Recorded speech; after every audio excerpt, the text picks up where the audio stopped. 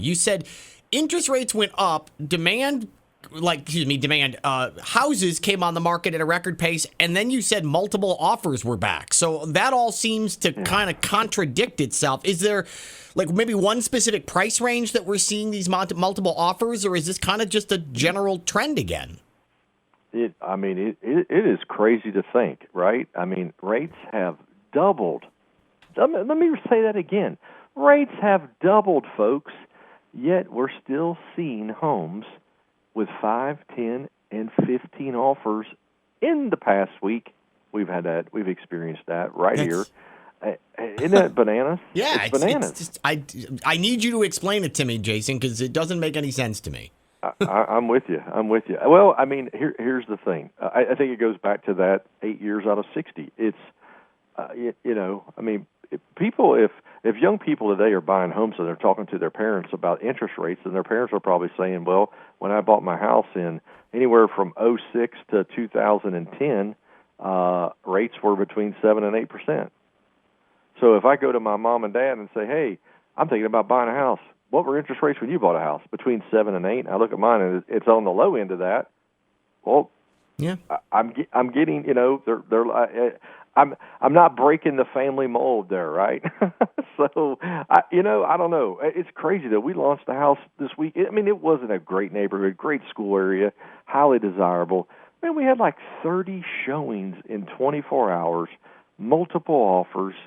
I mean, it's just crazy. I mean, we still have such a shortage of supply. I mean, we could put a 1,000 homes on the market in the Triad. I don't think it'd move the needle at all. I mean, it's just so few choices out there. So, I mean, and we're not winning all of them. One of my agents this week, I mean, she talked to me. We strategized. She's like, look, they're going to go $20,000 over list price, $20,000 non-refundable deposit.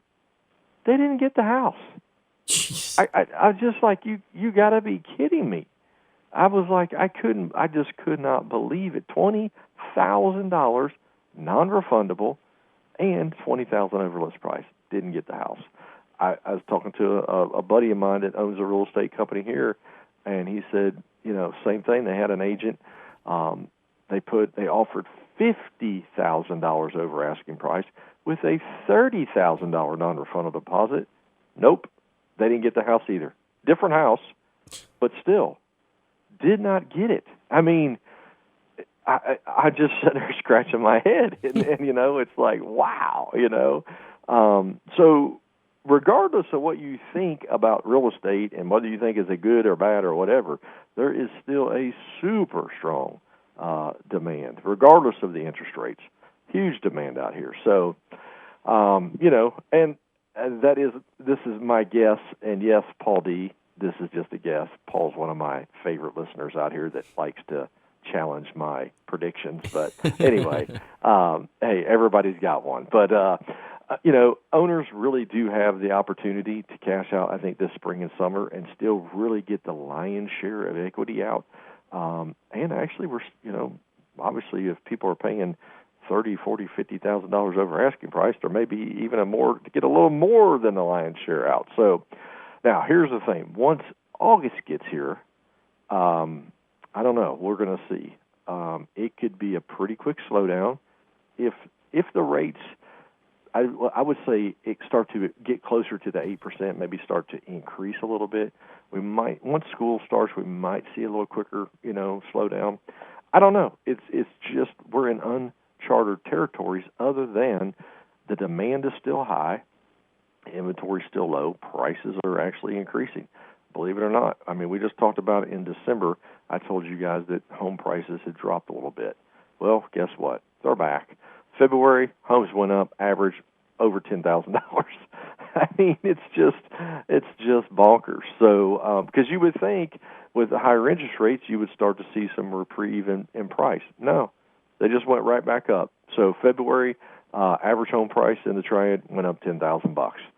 So it's going to be a fun ride in Q2 to watch how this happens. And the team at the office, man, we're getting wired up for this, ready to go. A lot of buzz, a lot of excitement. We're having meetings every week and digging into how we're going to serve people the best, how we're going to make sure that if we do get back into this crazy multiple offer situation, how our clients' offers can stand out, and so that they can get the house that they want. So real estate is definitely more fun than when it's busy.